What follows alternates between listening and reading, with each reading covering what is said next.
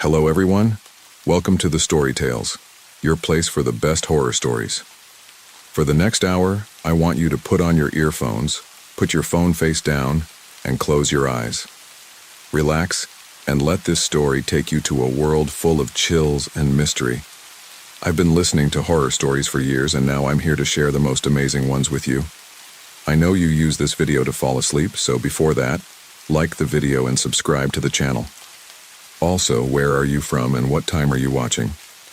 Now get comfortable and relax.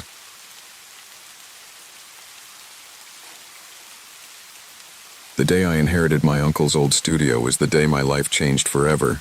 It stood on the edge of a forgotten town, surrounded by leafless trees and dilapidated buildings that whispered secrets of the past. My uncle, a reclusive painter, had spent his final years here, creating works that few ever saw. When I arrived, the place felt abandoned, the air thick with dust and the weight of memories long left behind. I pushed open the heavy oak door, and it creaked on its rusty hinges. The studio was cold, even though the sun was shining outside. Light filtered through the grime-covered windows, casting long, distorted shadows across the room. Canvases, some finished, others half-painted, leaned against the walls. In the center stood an easel with a blank canvas, as if waiting for someone to bring it to life. I took a deep breath, the smell of turpentine and old wood filling my lungs. My eyes scanned the room, settling on a covered canvas tucked away in the corner. Curiosity got the better of me. I crossed the room, each step echoing loudly in the silent space. With a slight hesitation, I pulled off the dust-covered sheet, revealing an unfinished painting. It was a strange piece, the outline of a figure barely visible beneath the first strokes of paint. There was something unsettling about it, something that made the hair on the back of my neck stand up. But I shrugged it off, chalking it up to the unfamiliar environment. I was here to continue my uncle's work, to honor his legacy. I grabbed a large brush and a thick coat of white paint, determined to start fresh. As I stood before the canvas, I felt a sudden wave of anxiety wash over me. My hand trembled as I dipped the brush into the paint and began covering the figure. The strokes were broad and deliberate, yet my unease only grew. As I worked, a soft, almost imperceptible whisper tickled my ear. I froze, my heart leaping into my throat. It sounded like someone murmuring right next to me. I spun around, my eyes darting around the room, but there was no one there. The studio was empty, save for me and the silent canvases. Shaking my head, I tried to brush off the experience. "It's just my imagination," I whispered to myself, though my voice sounded hollow. I turned back to the canvas and continued painting. Layer after layer, I tried to erase the figure, but no matter how much paint I applied, the outline remained faintly visible beneath the surface. The whisper was gone, but a heavy silence filled the room, pressing down on my shoulders. My heartbeat echoed in my ears, and I wiped the sweat from my forehead with the back of my hand. I glanced around the studio, noticing how the corners seemed to darken, as if the shadows were closing in. The overhead light flickered, casting eerie shadows that danced on the walls. I flicked the light switch a few times, but the flickering only worsened. Frustrated, I grabbed a lamp from a nearby table and moved it closer to the canvas. The harsh glow illuminated my work, but it also deepened the darkness behind me. Every creak of the floorboards, every rustle of fabric, seemed amplified in the oppressive silence. I considered leaving, the growing sense of unease gnawing at me. But something kept me rooted in place, a stubborn determination perhaps, or an inexplicable need to finish what I had started. I continued painting, my strokes becoming more frantic, my breathing shallow. Then I heard it again, soft, shuffling footsteps, barely audible, but unmistakable. I spun around, paint dripping from my brush, my eyes scanning the room. Nothing. The shadows remained still, mocking me with their silence. I tried to steady my breathing, but the fear was clawing its way into my chest. Telling myself I could finish in the morning, I set the brush down and headed for the door. As I reached for the handle, a sudden chill ran down my spine. It felt like someone was exhaling against the back of my neck, their cold breath sending shivers through my body. I turned around quickly, fists clenched, but there was no one there. My entire body trembled, and I felt a cold sweat break out on my forehead. The painting stood in the center of the room like silent watchers, their presence unnerving. I couldn't shake the feeling that I was being observed, that something or someone was in the room with me, hiding in the shadows. The first canvas still bore the faint outline of the figure, stubbornly refusing to be covered. The second canvas depicted a twisted landscape, as if my fear had seeped into the paint, warping the scene. I felt dizzy, the walls seeming to close in around me. The air felt thick, suffocating. I needed to get out. I pushed open the door and stepped into the hallway, the cool air of the corridor washing over me. My footsteps echoed as I made my way down the stairs, each step feeling heavier than the last. The lobby was empty, the silence deafening. The front door groaned as I pushed it open, the cold night air hitting my face. I took a few deep breaths, trying to calm my racing heart. My hands were clammy and my mouth was dry. I walked around the block, the sounds of the quiet town doing little to soothe my frayed nerves. A bottle clattered into a trash can, making me jump. A car door slammed in the distance, and I found myself glancing over my shoulder at every little noise. I felt like a tightly wound spring, ready to snap at any moment. After a few minutes, I forced myself to stop and think. I couldn't let fear control me. The studio was mine now, and I had a responsibility to finish my uncle's work. I took a deep breath and started back towards the building, ignoring the sinking feeling in my stomach. As I climbed the stairs, my hand trailing along the cold metal railing, the faint buzzing of the hallway lights seemed louder than before. Each step felt like a small victory, though the weight of dread pressed heavily on my shoulders. I reached the door to the studio, my heart thudding in my chest as I unlocked it and stepped inside. The studio was just as I had left it, but the air felt different, thicker, more oppressive. I stood in the doorway, listening intently. All I could hear was my own breathing, shallow and quick. I walked towards the canvases, determined to face whatever was happening head-on. The figures on the canvas seemed to stare back at me, their twisted forms haunting in the dim light. I grabbed a clean brush, deciding to paint something new, something simple, to ground myself. Dipping the brush into black paint, I began to create broad strokes, forming the shape of a room. Maybe if I focused on something familiar, I could regain control, but my mind wouldn't settle. The shapes on the canvas twisted into vague, distorted figures, their features blurred and unsettling. I tried to stop, but my hand kept moving, as if compelled by some unseen force. A sudden vibration beneath my feet startled me.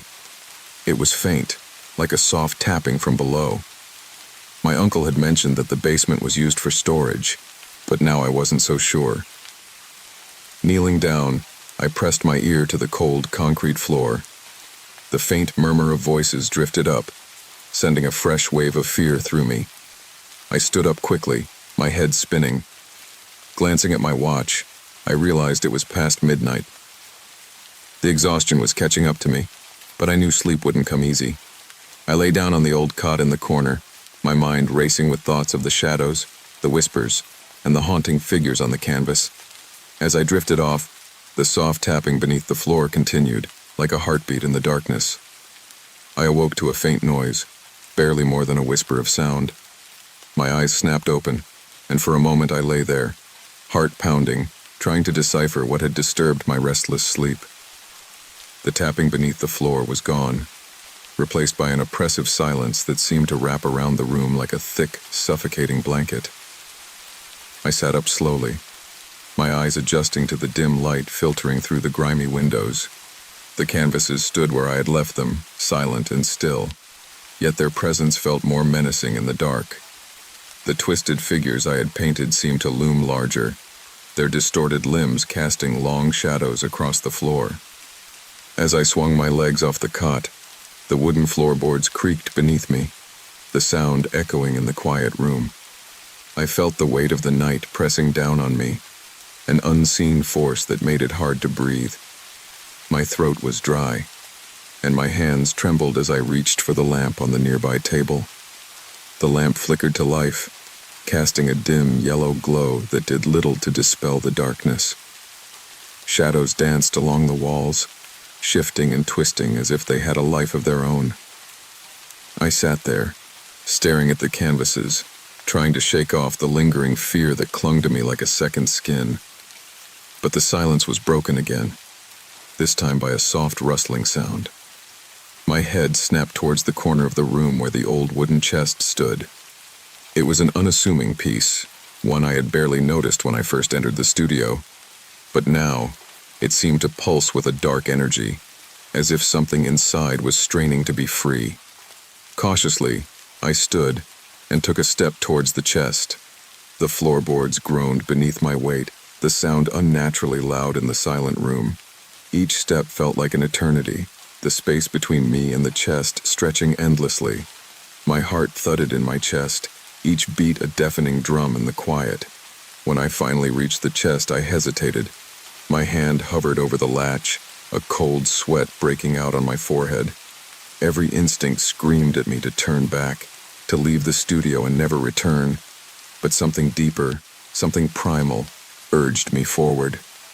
I had to know what was inside. With a deep breath, I gripped the latch and lifted it. The lid creaked open, revealing the contents within. At first, it seemed mundane. Old sketches, a few paintbrushes, a palette smeared with dried paint. But as I dug deeper, my fingers brushed against something cold and metallic. I pulled it out, revealing an old key, its surface tarnished and worn. The key felt heavy in my hand, its significance unclear, yet undeniable. My eyes drifted to the door at the far end of the studio, the one that led to the basement. My uncle had always kept it locked, saying it was just for storage. But now, with the key in hand, I couldn't shake the feeling that there was more to it than that. I crossed the room, the key clutched tightly in my trembling hand. The door loomed before me, a dark sentinel guarding whatever secrets lay below.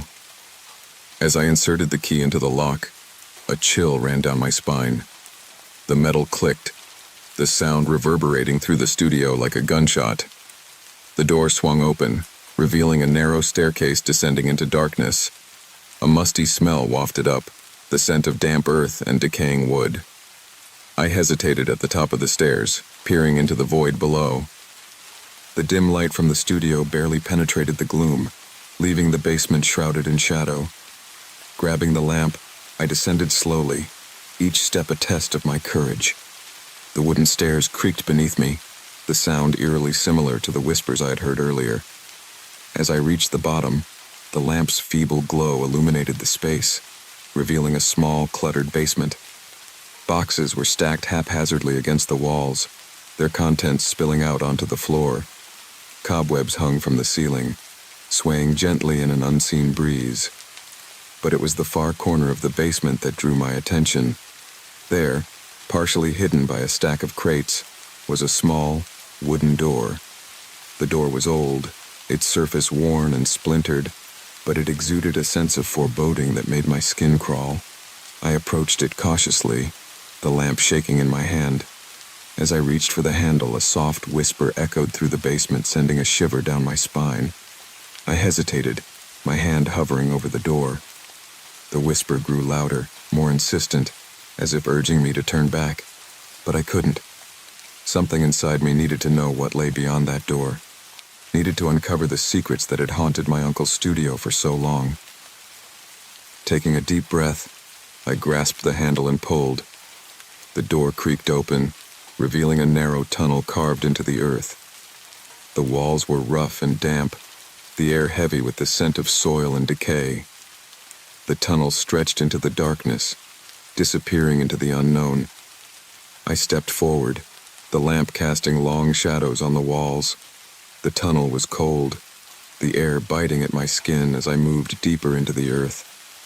The whispers grew louder, filling the space around me with a cacophony of voices. They spoke in a language I couldn't understand, their words a haunting melody that sent chills through my body. As I continued down the tunnel, I stumbled upon an old wooden table. On it lay a collection of strange, arcane objects, a rusted dagger, a bundle of dried herbs, and a leather-bound journal. The journal's cover was worn and cracked, the pages yellowed with age. I opened it cautiously, the pages filled with my uncle's cramped handwriting. The entries were disjointed, filled with cryptic notes and sketches of strange symbols. As I read, a picture began to form, a story of my uncle's descent into madness, of his obsession with the figures that haunted his paintings. The final entry caught my eye, the words scrawled in a shaky hand. They are watching. They are always watching. I have tried to capture them, to understand them, but they remain elusive. The shadows, they speak to me, they command me. I fear I have gone too far. I fear I will never escape. I closed the journal, my hands trembling. The whispers grew louder, their voices a chorus of despair and longing. I felt their presence all around me, the shadows pressing in, suffocating. I stumbled back, the lamp flickering wildly in my hand. I had to get out. I turned and ran back down the tunnel, the whispers following me, growing louder with each step. The basement was a blur as I raced up the stairs, the darkness chasing me. I burst into the studio, slamming the door behind me, my chest heaving with exertion. The studio felt different now, darker, more oppressive. The shadows seemed to pulse with a malevolent energy, their shapes shifting and twisting in the flickering light. I backed away from the door, my mind racing with fear and confusion. What had my uncle uncovered in that basement? What had he unleashed? The answers eluded me, but one thing was clear. I couldn't stay here. The shadows were alive, and they wouldn't let me rest. I grabbed my coat and fled the studio, the weight of the shadows heavy on my shoulders. As I stepped out into the cool night air, I felt a brief moment of relief. The stars twinkled above, a stark contrast to the darkness that clung to the studio. But the whispers lingered, their haunting melody echoing in my mind. I knew this was far from over. The shadows had followed me, their presence a constant reminder of the horrors lurking in that old studio. I could only hope that, somehow, I would find a way to escape their grasp. For now, I could only keep running, the shadows nipping at my heels, their whispers a chilling reminder of the darkness that had taken root in my soul. The streets were empty as I stumbled through the night, the distant hum of city life a faint echo against the oppressive silence that clung to me. My mind raced with the memories of the basement, the whispers, and the journal.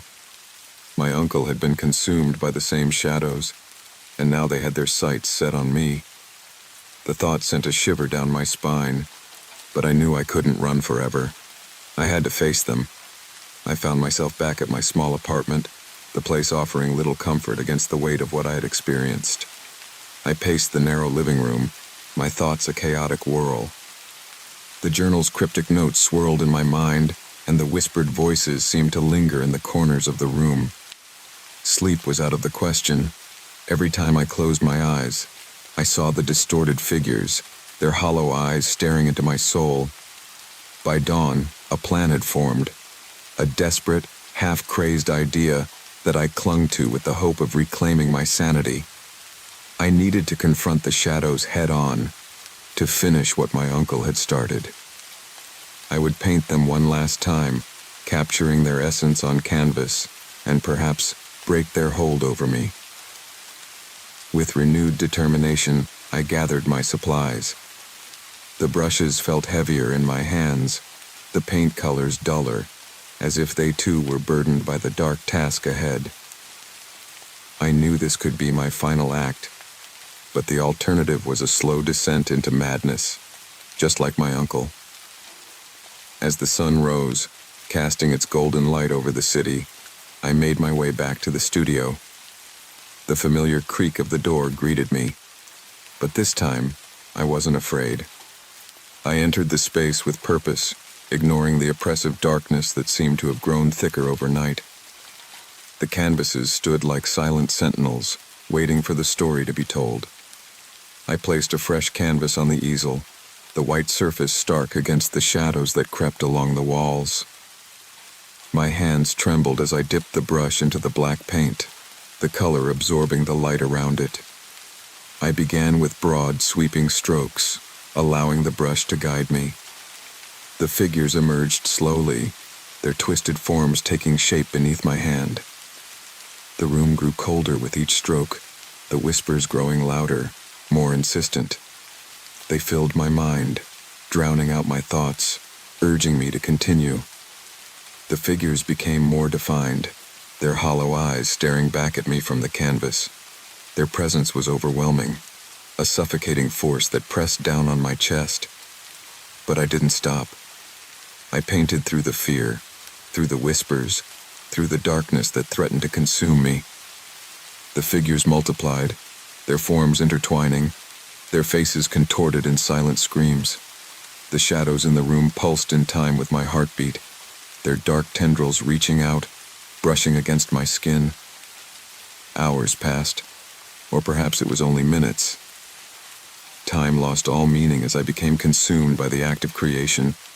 Sweat dripped down my forehead, mixing with the paint on my hands. The whispers grew deafening, a cacophony of voices urging me on, demanding to be seen. And then, just as suddenly as it began, the whispers stopped. The room fell silent, the oppressive darkness lifting like a heavy curtain. I stepped back from the canvas, my chest heaving with exertion. The figures stared back at me, their hollow eyes filled with a strange, mournful light.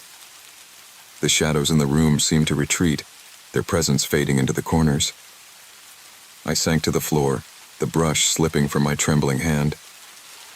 My body ached, every muscle screaming in protest, but my mind was strangely clear. The figures on the canvas seemed to shimmer in the dim light, their forms shifting and changing before my eyes. And then, I saw it.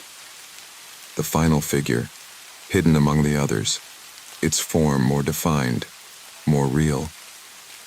It was my uncle. His eyes, once filled with madness, now held a quiet sorrow. His hand reached out from the canvas, as if beckoning me to join him. A tear slipped down my cheek as I realized what I had to do.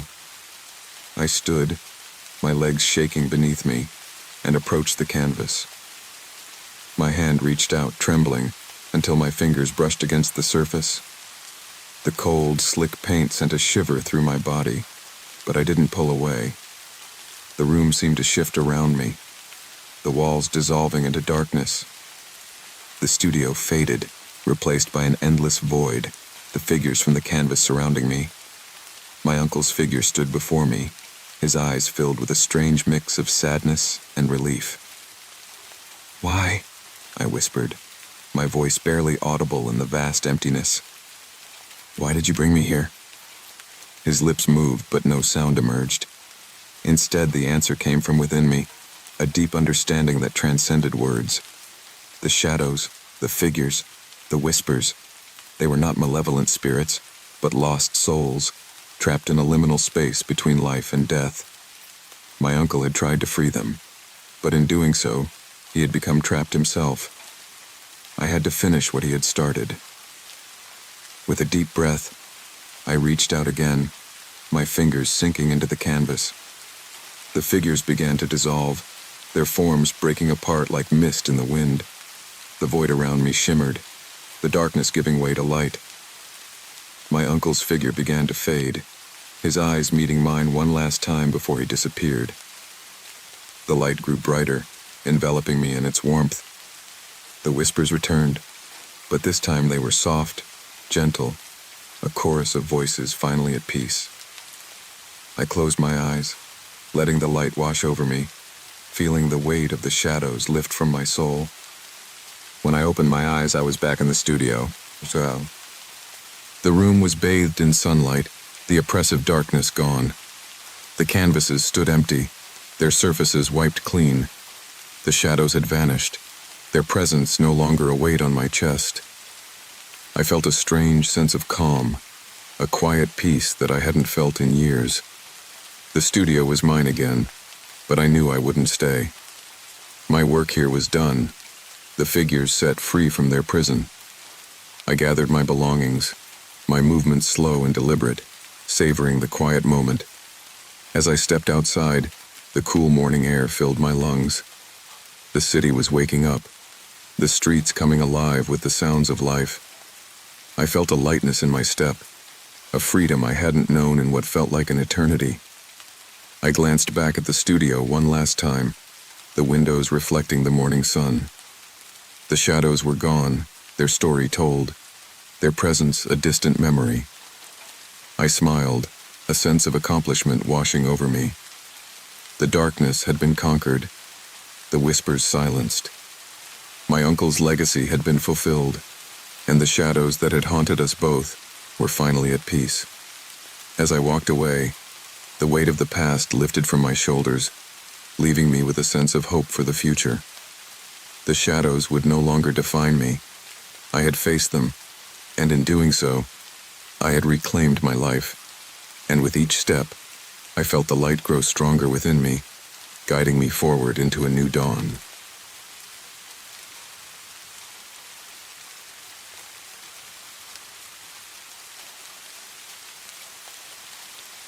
The first time I saw the old mansion on the hill was on a blustery afternoon.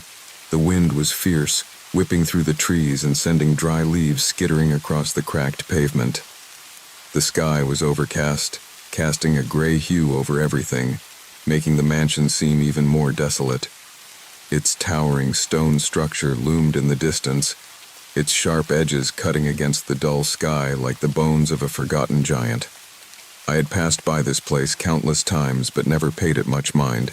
It was just another abandoned house, a relic from a bygone era. Yet something about that particular day felt different. The house, which had always seemed lifeless, now seemed to watch me. My friends often told stories about the mansion, tales of ghosts and strange occurrences, but I had always dismissed them as mere superstitions. I wasn't one to believe in such things. Still, I felt a strange pull, an inexplicable urge to go closer. Maybe it was curiosity, or maybe it was the quiet dare of an unknown force beckoning me forward. I crossed the deserted street, my heart beating faster with every step.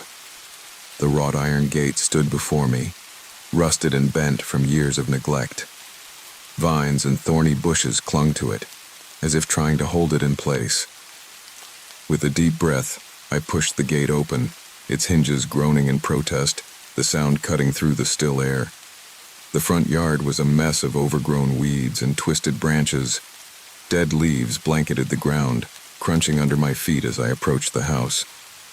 The once grand steps leading up to the front door were cracked and uneven, their grandeur long forgotten. I paused at the base of the stairs, my eyes drawn to the heavy wooden door. It stood slightly ajar, revealing a sliver of darkness inside. A gust of wind pushed it open a little further, inviting me in. I hesitated. The air around me felt heavy, charged with a strange energy. Part of me wanted to turn back, to leave and forget I ever saw the place. But another part of me, the curious part, urged me to go on. I had to know what was inside. I climbed the steps, each one creaking under my weight, and stood before the door. My hand trembled as I reached out, resting my fingers on the cold, weathered wood. The surface was rough, splintered in places, and as I pushed, the door swung open with a loud creak. The interior of the mansion was cloaked in shadows. The dim light from outside barely penetrated the thick layer of dust and grime on the windows, casting faint beams across the floor. The air was stale, carrying the faint scent of decay and dampness. I stepped inside, my footsteps echoing in the vast emptiness. The door creaked shut behind me, cutting off the wind and plunging me into an oppressive silence. The entryway was grand, or at least it must have been once. Now it was a ruin of its former glory. The walls were lined with faded wallpaper, peeling and hanging in tatters. A grand staircase stood in the center, its banister broken in several places, the steps covered in dust and debris. To my left, an arched doorway led into what appeared to be a sitting room, its furniture covered in white sheets that had turned yellow with age. To my right, a long hallway stretched into darkness, its walls adorned with faded portraits of stern-faced ancestors. I stood there for a moment, taking it all in. The silence was deafening, the only sound my own breathing, which seemed unnaturally loud in the stillness. I took a cautious step forward, the floorboards groaning beneath me. Each step felt like a trespass, a violation of a sacred, forgotten space. I couldn't shake the feeling that I was being watched, though I knew there was no one there. I moved toward the sitting room, drawn by a strange sense of familiarity. The room was dim, the heavy drapes on the windows blocking out most of the light. I pulled back one of the sheets covering the furniture, revealing a dusty, moth-eaten sofa. The fabric was once a rich velvet, now faded and threadbare. A cold draft wafted through the room, carrying with it the scent of old wood and mildew. On a small table near the fireplace sat a collection of photographs, their frames tarnished and cracked. I picked one up, wiping away the dust with my sleeve. The image was of a family, their faces stern and unsmiling. The father stood tall and imposing, his hand resting on the shoulder of a young boy who looked no older than 10. The mother sat beside them, her expression distant, almost sad. Something about the boy's eyes caught my attention. They seemed to hold a depth of emotion that was unsettling. I set the photograph down, a shiver running down my spine. The room felt colder now, as if the air itself had thickened. I turned back toward the hallway, the shadows seeming to stretch and shift as I moved. The long corridor was lined with portraits, their eyes following me as I passed. The faces were stern, disapproving, as if judging my every step.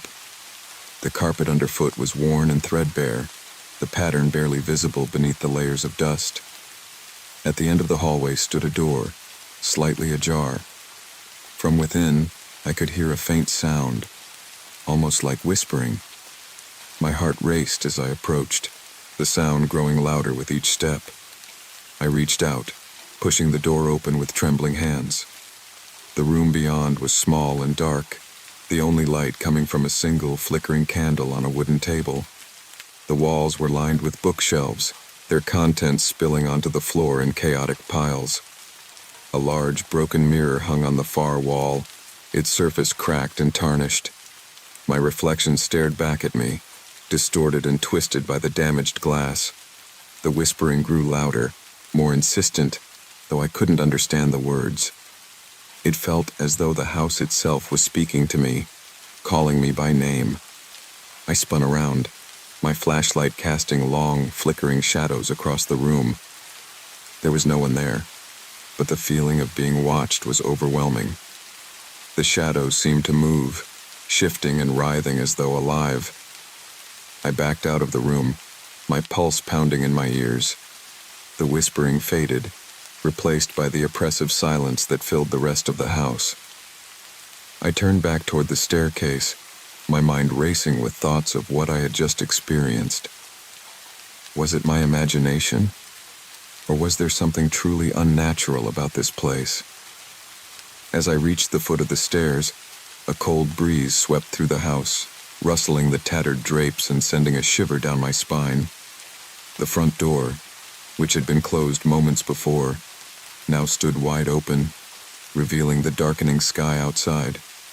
The wind howled through the opening, carrying with it the scent of rain and decay. I stepped outside, the fresh air a welcome relief from the oppressive atmosphere of the mansion. The wind tugged at my clothes, urging me to leave, but I couldn't shake the feeling that I needed to return.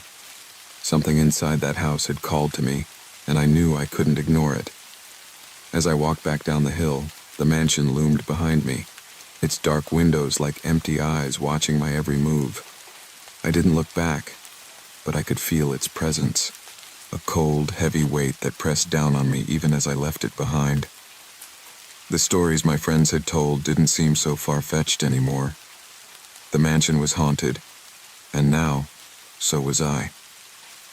I couldn't sleep that night. The events of the day played over and over in my mind. The whispering voices, the cold draft, the sense of being watched. Every time I closed my eyes, I saw the house, its dark windows and peeling walls. The faces in the photographs haunted me, especially the boy with the unsettling eyes. What was it about that place that felt so familiar, so deeply connected to me?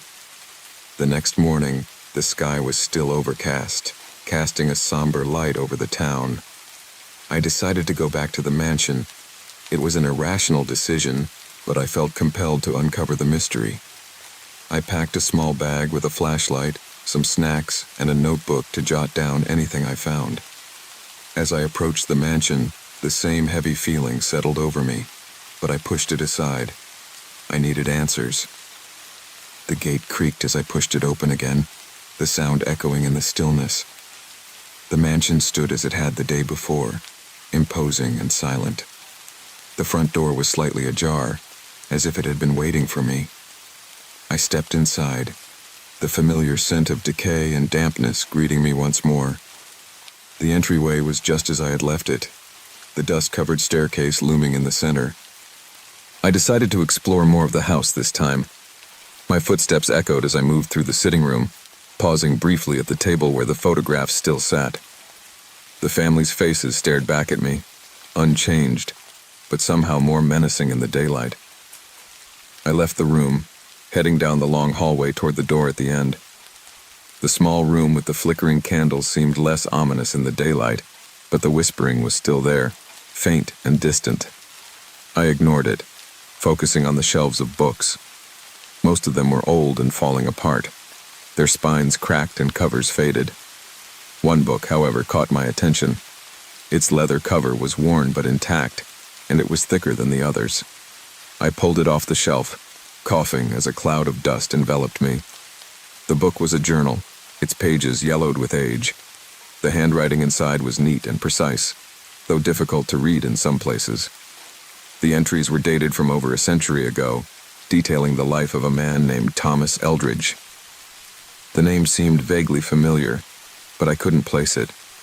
I skimmed through the pages, my eyes catching on certain phrases. The curse of the house, the whispers at night, and the boy with the strange eyes. I sat down on the floor, the journal in my lap, and began to read more carefully. Thomas Eldridge had been the master of the house, living there with his wife and son. The entries started off mundane, detailing everyday life in the mansion. But as I read on, the tone shifted. Thomas wrote about strange occurrences, doors opening on their own, objects moving without explanation, and the whispers that grew louder each night. One entry in particular stood out. October 12th, 1887. The whispers have become unbearable. They call to me, beckoning me into the darkness. Elizabeth says she hears them too, and poor Jonathan is terrified. He says the shadows move in his room at night, and he can no longer sleep. I fear for my family. This house is cursed. I am sure of it. The boy's eyes, they are not his own. Something has taken hold of him, something ancient and malevolent. I shivered, the words sending a chill through me. The boy, Jonathan, must have been the same boy in the photograph. What had happened to him? I flipped through the journal, searching for more entries about the boy, but the writing abruptly stopped a few pages later. The final entry was short and frantic. October 25th, 1887. They have taken him. Jonathan is gone, and Elizabeth is in hysterics. I can hear the whispers even now, calling me to join them. I must find him. I must bring him back. The rest of the pages were blank. I closed the journal, my mind racing with questions. What had happened to Jonathan?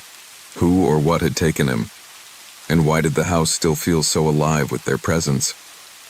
I decided to explore further, clutching the journal tightly as I moved through the house. The upstairs rooms were in even worse condition than the lower floors. The bedrooms were dusty and bare, the beds stripped of their linens, and the wardrobes empty. One room, however, was different. It was smaller, with a single bed pushed against the wall and a small desk by the window. Toys lay scattered on the floor, and a framed photograph sat on the desk. It was a picture of Jonathan, smiling this time, holding a small dog in his arms. I felt a pang of sadness as I looked around the room. This had been Jonathan's sanctuary, his safe space. Now it was a forgotten relic of a tragic past.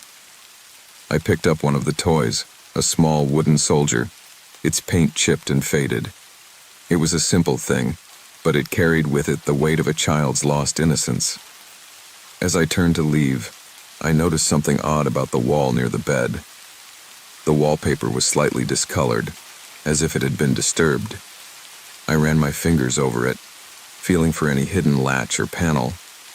To my surprise, a section of the wall gave way, revealing a small door, barely large enough for a child to fit through. I pushed it open, revealing a narrow passageway that led into darkness. I hesitated for a moment, but my curiosity got the better of me. I turned on my flashlight and crawled through the opening, the air growing colder as I moved deeper into the passage. The walls were lined with old bricks, damp and crumbling in places. The passage twisted and turned, leading me deeper into the heart of the house. Finally, I emerged into a small, hidden room. It was dimly lit by a single candle, much like the one in the library. In the center of the room stood a wooden table, its surface covered in strange symbols and markings. The air was thick with the scent of burning incense, and the walls were adorned with faded tapestries, depicting scenes of ritual and sacrifice.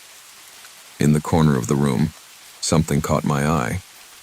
A small wooden box sat on a pedestal, its surface intricately carved with symbols similar to those on the table. I approached it cautiously, the whispering voices growing louder in my ears.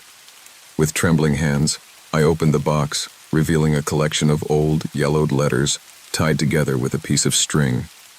The letters were addressed to Thomas Eldridge, and they spoke of a dark secret. The mansion had been built on cursed land, a place where ancient rituals had been performed long before the Eldridge family had moved in.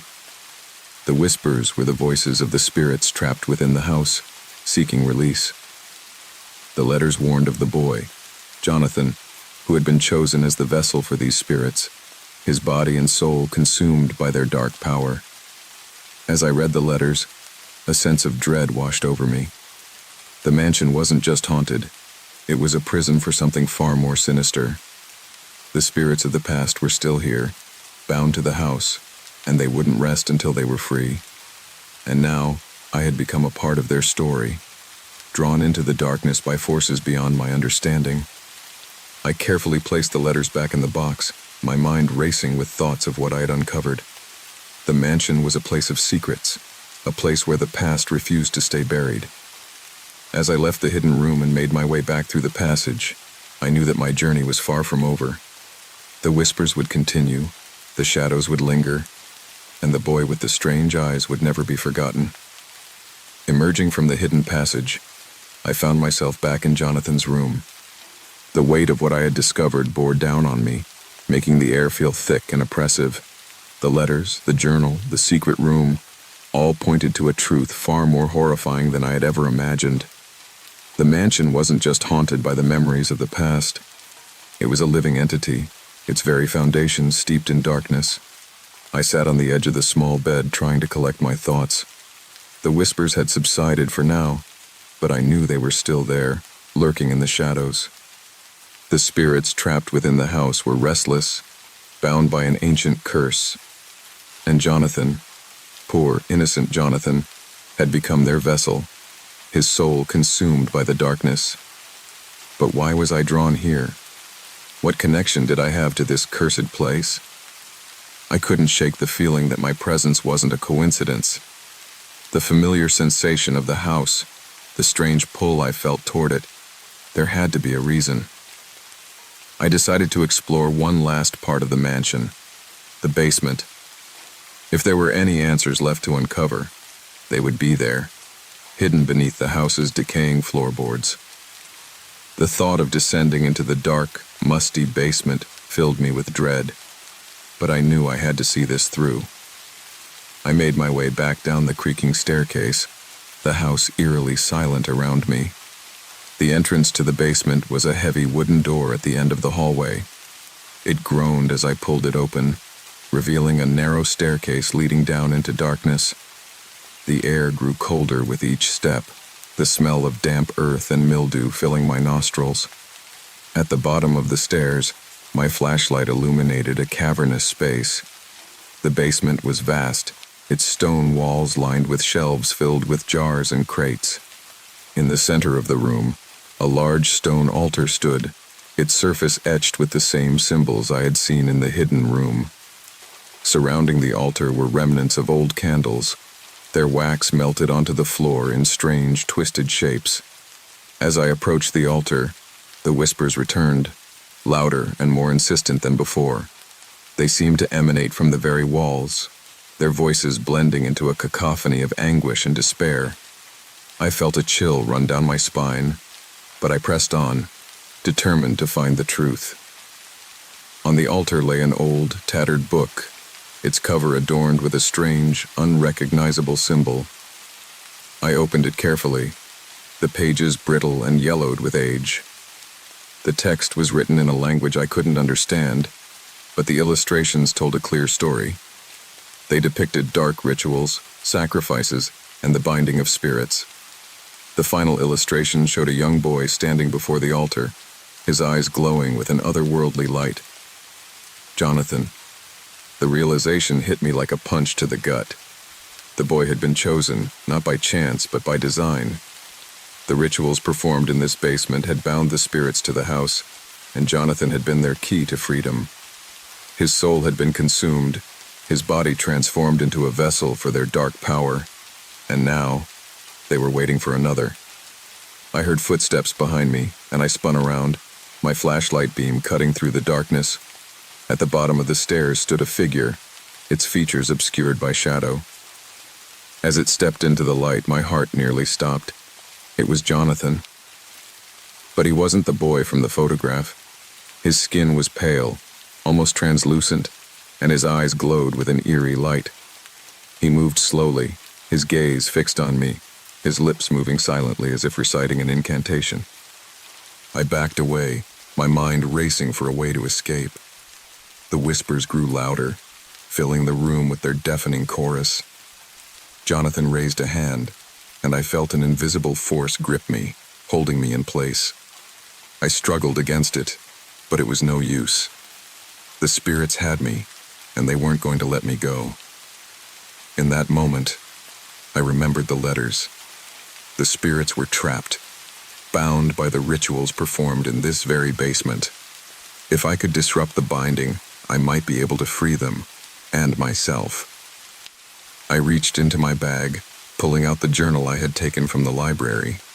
Flipping through the pages, I searched for anything that might help. One entry caught my eye, a passage detailing a ritual to break the binding. It required fire, the purifying element, to destroy the symbols and release the spirits. I didn't have much time. Jonathan was closing in, his glowing eyes fixed on me, his expression blank and emotionless.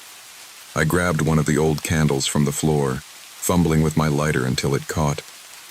The flame flickered weakly, but it was enough. I pressed the candle to the altar, the wax melting and the flame catching on the dried blood and old parchment. The symbols began to burn, the flame spreading quickly across the surface.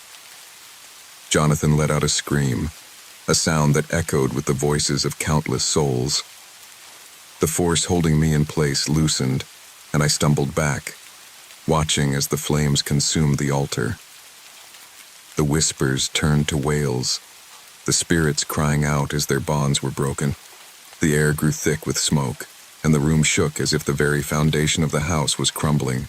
I turned and ran, climbing the stairs as fast as I could.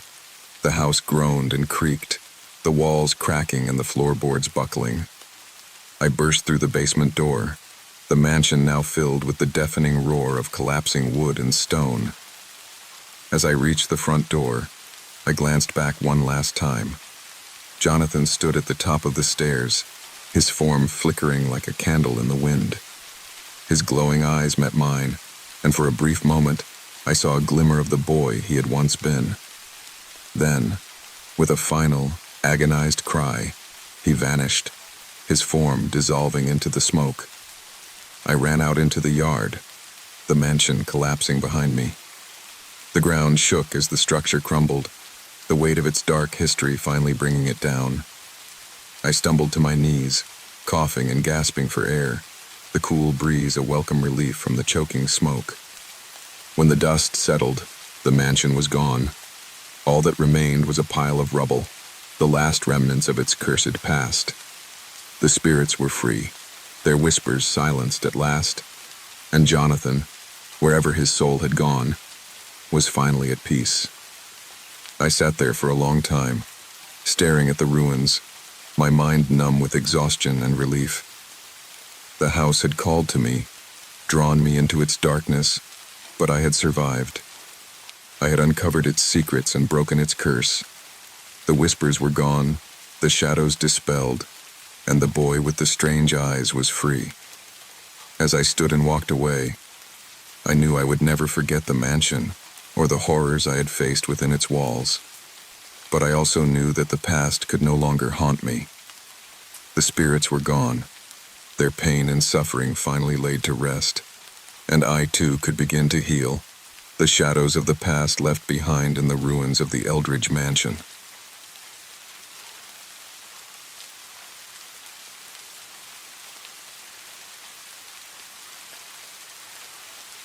My name is Caleb, and this is a story I always hesitate to share.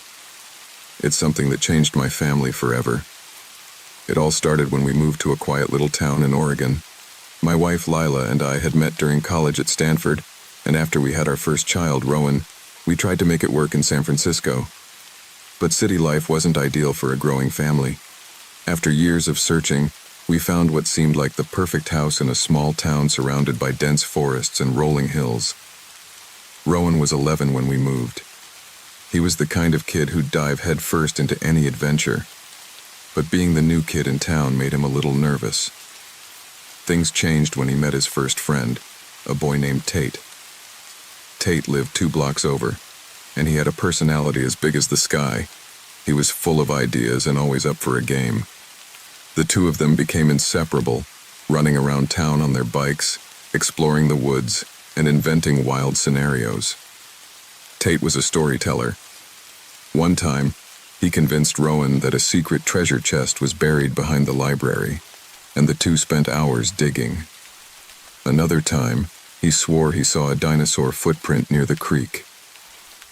Rowan adored Tate's creativity and followed him on every adventure. One summer evening, Rowan came to me with a grin and told me about Tate's latest idea. "Dad, there's a man by the old pond who says he has a chest of gold coins for anyone brave enough to go on a quest with him." Rowan's eyes sparkled as he spoke. I chuckled. "A quest, huh? What kind of quest?" "I don't know yet," he said, "but Tate's going to meet me there. Can I go?" Something about this story made my stomach twist. Rowan and Tate had played games like this all summer, but this was the first time another person had been part of the adventure. I asked, "Is this man real or just part of the game?" Rowan hesitated. "I think he's pretend. Tate's good at making up stuff." "Okay," I said slowly, "but let me come with you, just for a little while." Rowan groaned. "Dad, it's just a game." "Humor me," I replied. We walked to the pond together. It was only a 10-minute walk, surrounded by tall trees and thick bushes. The sun was setting, and the sky glowed orange and purple. When we got there, Tate wasn't waiting like he usually was. "That's weird," Rowan said. "He's always early." I shrugged, trying to stay calm. "Maybe he's on his way. Let's look around." We walked along the edge of the pond, calling Tate's name. The place was quiet except for the sound of crickets and the occasional splash from the water. As we circled back toward where we started, Rowan suddenly stopped. "Dad, look," he said, pointing at a bush near the edge of the trail. It was Tate's bike. The handlebars stuck out awkwardly, and the wheels were tilted. Rowan ran over and pulled it out. Why would he hide his bike? Rowan asked, confused. I didn't have an answer. My heart started racing as I scanned the area. Let's keep looking, I said, trying to keep my voice steady. We called Tate's name again and again. I noticed something near the reeds by the water. At first I thought it was just a log, but as I got closer I saw it was a single shoe. I stopped, my breath catching in my throat. Rowan, I said carefully, stay right here. He looked at me confused. Why? What is it? Just stay put, I said firmly. I didn't want him to see the shoe, not yet. My mind raced. Where was Tate? Had something happened to him? I called Tate's parents. They said he'd left the house earlier on his bike, heading to meet Rowan. When I told them what we found, they said they were on their way. By the time they arrived, I had already called the police. Rowan stayed with Tate's mom while his dad and I joined the officers in searching the area. The search went on for hours, but we didn't find anything else. No sign of Tate. No clues about what might have happened. The police said they'd keep looking, but as the days turned into weeks, the hope of finding him faded. Rowan was never the same after that. He had nightmares and wouldn't go near the pond. We tried to help him feel safe again, but the loss of his best friend weighed on him. After a year, we decided to move away, hoping a fresh start might help. To this day, I think about Tate and wonder what happened. I'll never forget the look on his parents' faces when they realized he wasn't coming back.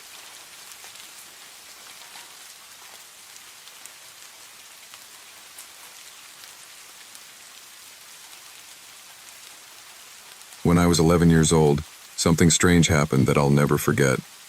It's a story I usually keep to myself, but since you want a scary bedtime story, I'll share it. My name is Milo, and back then, I lived in a small, quiet town called Willowbrook. It was the kind of place where everyone knew each other, and nothing much ever happened, or so I thought. In my neighborhood, there was a boy named Theo. He was 13, 2 years older than me, and always seemed to know everything about everything. Theo was the leader of our small group of friends, which also included my best friend Iris and a quiet, shy kid named Simon. Theo had a knack for making ordinary things seem exciting, like finding a shortcut through the woods or convincing us that the old, abandoned house at the end of the street was haunted. The house belonged to a man named Mr. Bellamy, or at least it used to. Mr. Bellamy had been gone for as long as anyone could remember. Some said he moved away. Others whispered that something terrible had happened to him. The house had been empty for years, and the overgrown yard and boarded-up windows made it look like something out of a spooky movie. Theo, of course, loved to tell stories about it. One chilly October evening, just as the sun was setting and the sky turned a deep orange, Theo had an idea. "Let's go to the Bellamy house and have a look inside," he said, his eyes sparkling with excitement. "It'll be an adventure."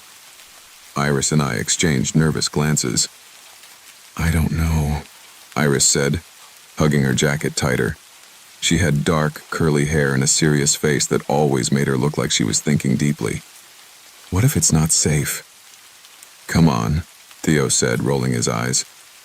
"It's just an old house. What's the worst that could happen? Simon's coming, right?" Simon shrugged, not meeting anyone's eyes.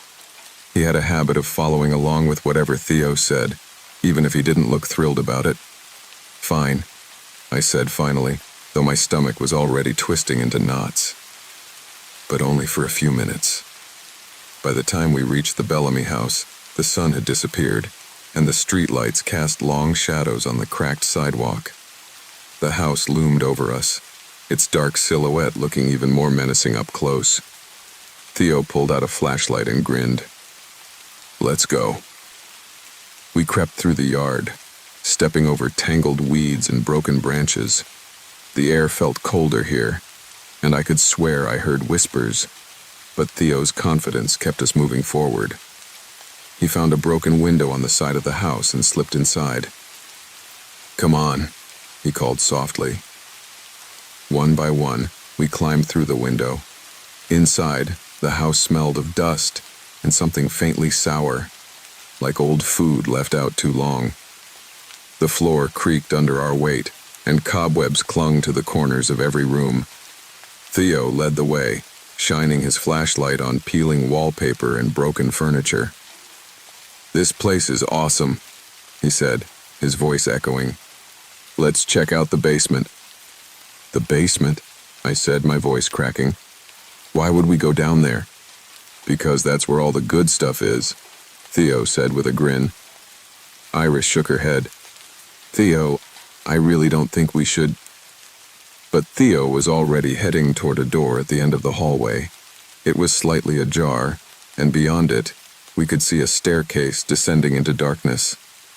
Theo started down without hesitation, and Simon followed him, clutching the edges of his sweater like it was a shield. Iris and I exchanged another look before reluctantly following. The basement was colder than the rest of the house, and the air felt heavier. Theo's flashlight cut through the darkness, revealing shelves lined with jars. Some were empty, but others contained murky liquids and things floating inside that I didn't want to think about too much. "What is all this?" Iris whispered. "Probably just old stuff Mr. Bellamy left behind," Theo said, though even he sounded a little less sure of himself. He picked up one of the jars, squinting at the contents. "Looks like a frog or something." Iris shuddered. "Can we go now?" "Wait," Theo said, turning his flashlight toward the far corner of the basement. There was an old trunk there, covered in dust and cobwebs. "Let's see what's inside." "Theo, no," I said quickly. "We've seen enough." But Theo ignored me. He approached the trunk, brushing off the cobwebs before tugging at the latch. It creaked open, and inside were papers, photographs, and a small wooden box. "Cool," Theo said, pulling out the box. It had strange symbols carved into the lid. "What do you think this is?" "Put it back," Iris said firmly. "I'm serious, Theo." "Relax," Theo said, opening the box. Inside was a single rusty key. He held it up, grinning. "I bet this unlocks something in the house." Before any of us could respond, a loud thud echoed through the basement. We froze. "What was that?" Simon whispered, his voice shaking. "Probably just the wind," Theo said, though his hand holding the flashlight trembled slightly. Another thud came, louder this time, followed by the sound of footsteps overhead. My heart raced. "Someone's here," I whispered. "No way," Theo said, but he didn't sound convinced. The footsteps grew louder, heading toward the basement door. Iris grabbed my arm, and I could feel her trembling. "We need to get out of here," she said urgently. But before we could move, the basement door slammed shut. The sound echoed around us, and the air seemed to grow even colder. Theo's flashlight flickered, then went out, plunging us into darkness. That's when we heard it. A low, raspy voice, coming from somewhere in the basement. "Who's in my house?" it growled. We didn't wait to find out. Theo dropped the box, and we all ran for the stairs, tripping over each other in our panic. When we reached the top, the door wouldn't budge. Simon and Iris pounded on it while I fumbled with the latch, but it was no use. The voice came again, louder this time. "You shouldn't have opened the box." Theo turned, his face pale. "I'm sorry," he whispered, as if the voice could hear him. "I didn't mean to." The sound of footsteps started again, this time coming up the stairs. Iris screamed, and I grabbed a broken piece of wood from the floor, ready to defend myself, though I had no idea how.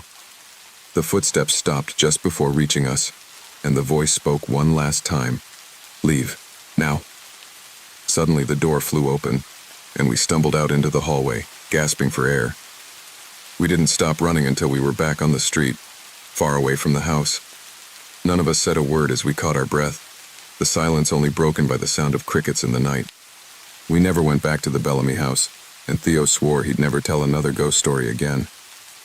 To this day, I don't know what we encountered in that basement, but I do know one thing.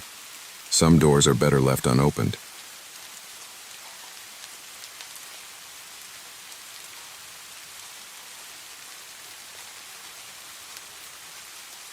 Hi, my name is Kyle, and this is the story I have to share. It happened almost 10 years ago, but it still keeps me up at night. I think about it a lot, even though I try not to. Some nights I just lie awake, staring at the ceiling, wondering how I ended up in that situation. It's like something I can't forget, no matter how hard I try.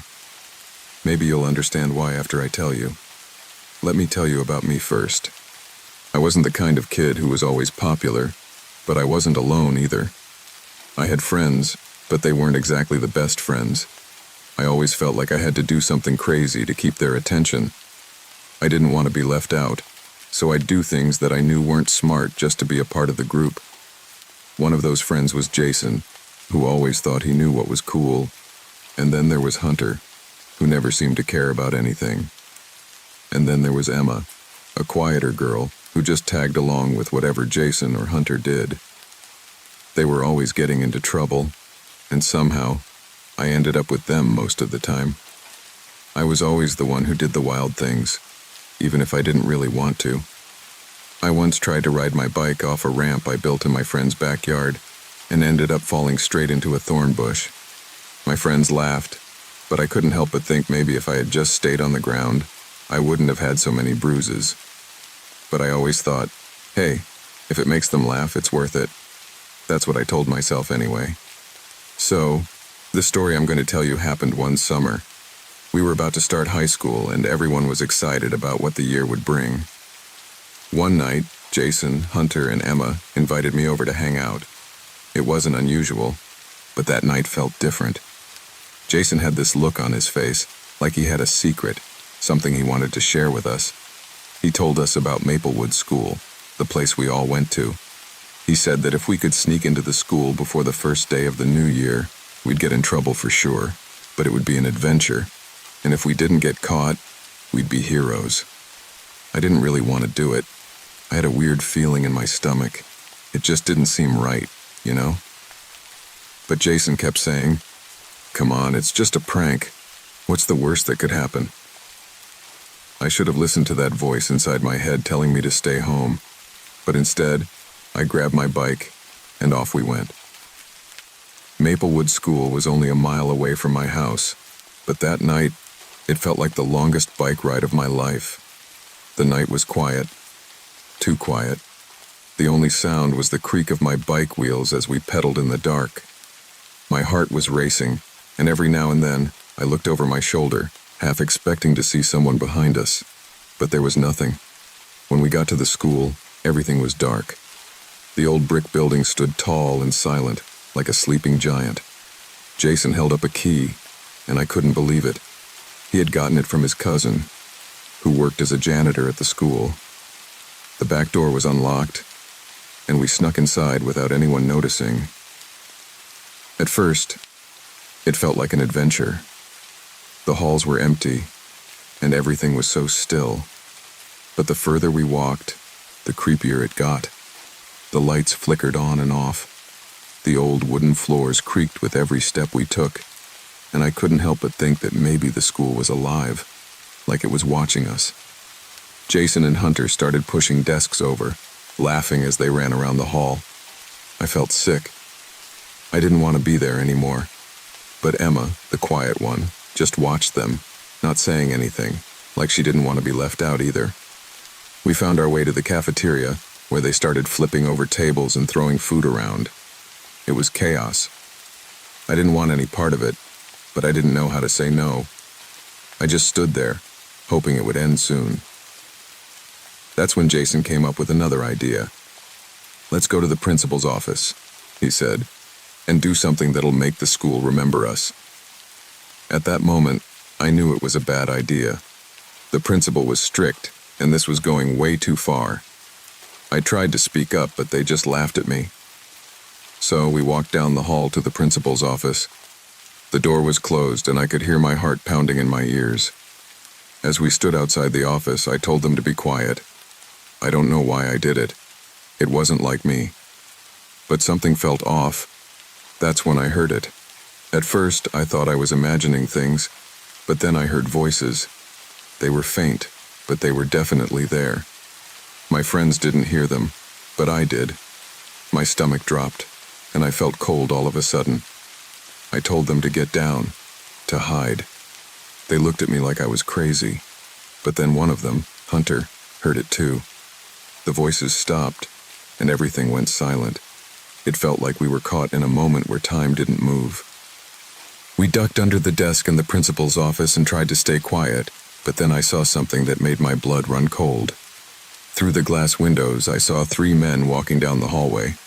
They were dressed in all black, with what looked like gear that I had only seen in movies. Flashlights in their hands, they moved like they knew exactly where they were going. At that point, I had no idea what was happening. I tried to explain to my friends who they were, but they didn't get it. I don't think I fully understood either. My hands were shaking, and I couldn't breathe. Then, one of the men kicked open the door to the principal's office. His voice was low, but it echoed in my ears. "Who's in here?" The next thing I knew, my friends scattered. They didn't think twice about leaving me behind. They ran for the door, tripping over each other in their panic. I tried to follow, but I was too slow. The men grabbed me before I could make it out. They didn't hurt me, but they laughed at me, like they knew something I didn't. My heart was pounding, and my mind was racing. "The cops are here!" one of them shouted. In that moment, everything crashed down. The doors opened, and real police officers rushed in, grabbing me as I tried to run. They didn't care about the story I tried to tell. My parents were called, and I was immediately expelled from school. Everything I had done, all the wild things to get attention, had led me to this point. Later, I learned that my so-called friends had denied everything. They blamed me for everything that happened that night. Even their parents backed them up, saying they were home, safe and sound. I was alone. It was all on me. And to this day, I still wonder who those men were. Were they part of some prank? Were they there to scare me? Or were they something else entirely? No one has ever answered that question for me, but I'll never forget what happened that night. So, let this be a lesson to you. Sometimes, trying to fit in can take you down a path you don't want to go down. Always trust your gut, because if something feels wrong, it probably is. I'm okay now. I got my GED and things are better. But I'll never forget the haunted night at Maplewood School. I hope you never have to find out what happened that night.